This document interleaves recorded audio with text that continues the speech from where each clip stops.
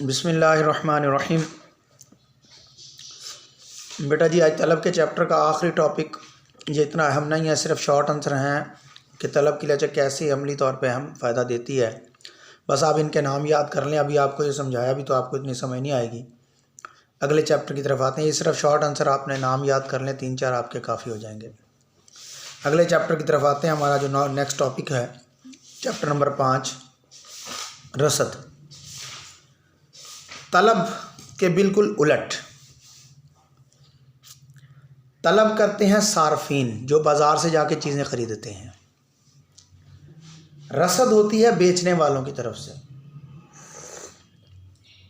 रसद को इंग्लिश में कहते हैं सप्लाई, जैसे कि टॉपिक लिखा हुआ है ऊपर। ये आपने कई दफ़ा सुना होगा कि दुकानदार कहते हैं यार इस हमारी सप्लाई नहीं पहुंची फैक्ट्री वालों की तरफ से। सिर्फ और सिर्फ ख़रीदने और बेचने को नाम तब्दील कर दें, तलब और रसद का मायने बदल जाएगा। किसी शय की वो मिकदार जो ख़ास कीमत पर ख़ास वक्त में कोई ख़रीदने के लिए तैयार हो जाए, उसे कहते हैं तलब। और सारे लफ्ज़ वही, किसी शय की वो मिकदार जो ख़ास कीमत पर ख़ास वक्त में कोई बेचने के लिए तैयार हो जाए, फ़रोख्त करने के लिए तैयार हो जाए, उसे क्या कहा जाएगा? रसद। देखें, वही तारीफ़ है। किसी शय की वो मिकदार जो ख़ास कीमत पर एक ख़ास वक्त में मंडी में फ़रोख्त के लिए पेश की जाती है, इसे क्या कहा जाता है? रसद। अब रसद का शय की कीमत के साथ पॉजिटिव ताल्लुक़ है। जब कीमत बढ़ती है, ये भी जैसे तलब QD is a function of price था, demand is a function of price. यहाँ भी सप्लाई भी, इसे QS भी लिखते हैं और अकेला S भी लिखते हैं। Supply is a function of price. जूँ जूँ कीमत बढ़ेगी, इस दुकानदार माल ज़्यादा सप्लाई करेंगे क्योंकि उनके प्रॉफिट बढ़ जाते हैं उनके, लिहाजा ये मस्बत रिलेशन होगा। कीमत बढ़ने से सप्लाई भी बढ़ जाएगी। अब रसद का अरसा वक्त के लिहाज से बहुत ज़्यादा इसका ताल्लुक़ है। उसमें क्या क्या चीज़ें आ जाती हैं? देखें, अरसा वक्त में कभी रसद थोड़े अरसे में तब्दील होती है, कभी ज़्यादा अरसे में तब्दील होती है। उसके हम आगे एग्जाम पढ़ते हैं कि अरसा वक्त के लिहाज से रसद कैसे तब्दील होती है। सबसे पहले मुअय्यना रसद। बाज़ अशिया ऐसी होती हैं जिनकी रसद तब्दील नहीं हो सकती। रोज़ाना नए के नई चीज़ें से वो पैदा होती हैं जो जल्दी गल सड़ जाने वाले होती हैं, जैसे फल, दूध, अंडे, सब्जियां, मछली, गोश्त वगैरह। ऐसी अशिया की तलब मुअय्यना होती है। अगर मार्केट में आपने सुबह 20 किलो दूध मार्केट में फ़रोख्त किया है, तो बाज़ार में आके पता चला कि उसकी डिमांड तो 25 किलो है, तो आप जाके फौरी तौर पे भैंस के आगे हाथ जाके जोड़ के खड़े हो, मेरे हमें 5 किलो ज़्यादा दो, तो ये मुमकिन नहीं है। हाँ, आजकल के दूधी माशाल्लाह काम कर लेते हैं, 5 किलो दूध की बजाय 5 किलो पानी डाल लेते हैं। बहरहाल, तो ये ऐसी अशिया की रसद जो तब्दील नहीं होती, वो रोज़ाना को रोज़ाना नए सिरे से बदलती है। ऐसी अशिया की रसद को कहा जाता है मुअय्यना रसद। उसके बाद आ जाती है, अच्छा, मुअय्यना रसद को यौमिया रसद भी कहते हैं, ये भी जहन में रखें। इसे बाज़ारी अरसा की रसद भी कहते हैं, जैसे लिखा भी हुआ है शुरू में, बाज़ारी अरसा की रसद भी कहते हैं। ये आमतौर पर एक दिन पर मुश्तमिल होते हैं, इसे यौमिया रसद भी कहते हैं। उसके बाद अरसा कलील की रसद। अरसा कलील इकनॉमिक्स में चंद महीने, 5, 7, 10 महीने, 1 साल से कम अरसे को अरसा कलील की रसद कहा जाता है। जब देखा कि मार्केट में किसी की डिमांड बढ़ रही है, तो फैक्ट्री वाले क्या करते हैं? ओवर टाइम लगाकर, डबल शिफ्ट लगाकर पैदावार में क्या करते हैं? खाम माल ज़्यादा लगाकर पैदावार में ज़्यादा इजाफा कर देते हैं। जैसे आजकल जर्सी स्वेटर की तलब बढ़ रही है, तो फैक्ट्रियों वाले जल्दी जल्दी माल निकालने के लिए डबल टाइम लगा लेते हैं, ज़्यादा माल सप्लाई कर देते हैं, मजदूर ज़्यादा रख लेते हैं मार्केट में माल भेजने के लिए। ऐसी अशिया की रसद को रसा कलील की रसद कहा जाता है। देखें, अरसा कलील से मुराद इतना अरसा है जब किसी शय की तलब में इजाफा हो जाए, तो उसे पूरा करने के लिए मौजूदा मशीनों की मदद से ज़्यादा खाम माल, ज़्यादा वक्त, ज़्यादा मेहनत इस्तेमाल करके पैदावार में इजाफा किया जा सकता है। नई मशीन नहीं लगाई जा सकती, टाइम ही नहीं है इतना, चंद महीने होते हैं। इसमें ना कोई फर्म सनत में दाखिल हो सकती है। ऐसे अशिया की रसद को कहा जाता है अरसा कलील की रसद, शॉर्ट पीरियड, चंद महीने होते हैं। उसके बाद अरसा तवील की रसद। इसमें सारे आमलीन पैदाइश तब्दील हो जाते हैं, मुतग़य्यर हो जाते हैं, तब्दील हो जाते हैं। जितनी मर्जी अब रसद में इजाफा करने के लिए नई फैक्ट्रियाँ लगाएं, नई मशीनें लगाएं, नए कारोबार करें, 1 साल के बाद जितना मर्जी अरसा, साल 20, 40, 30, अरसा कलील तवील कहलाएगा। नई फैक्ट्री लगाएं, नई, हर चीज़ तब्दील हो जाएगी।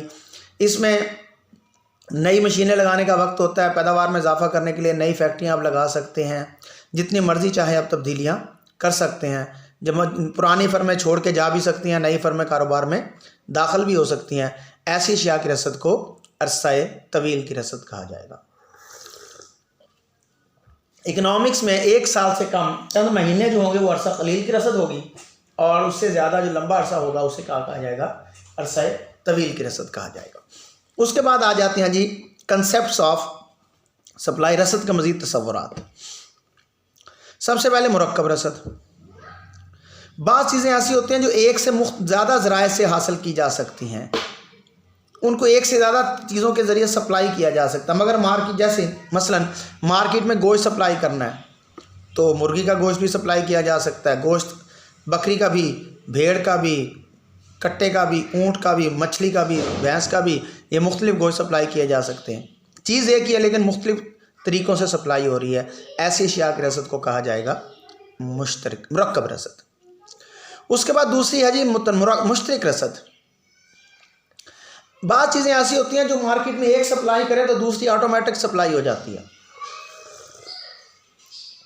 मसलन जब आप मार्केट में गंदम सप्लाई करेंगे तो तूड़ी ऑटोमेटिक सप्लाई हो जाएगी, जिसे भूसा कहते हैं। जब आप रुई सप्लाई करेंगे तो उसके साथ बनौला ऑटोमेटिक सप्लाई हो जाएगा। जब आप गोश्त सप्लाई करेंगे तो चमड़े की खाल ऑटोमेटिक सप्लाई हो जाएगी। ये तो जुड़ी भी होती हैं।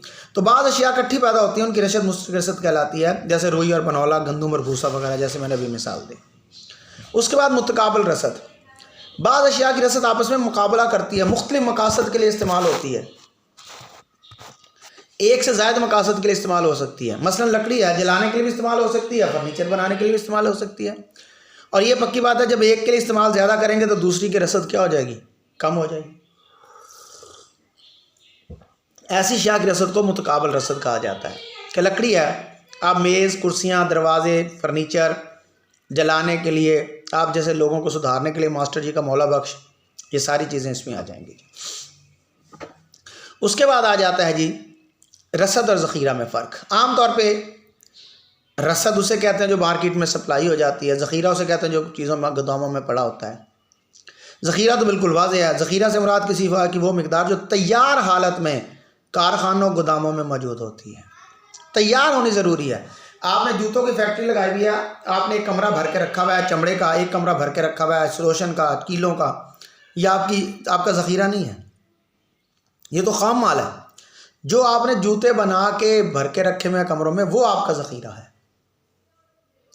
और रसद की हमने पीछे तारीफ पढ़ी, वही दोबारा लिखी हुई है, वो मिकदार जो ख़ास वक्त में ख़ास कीमत पर मंडी में फ़रोख्त के लिए पेश की जाती है।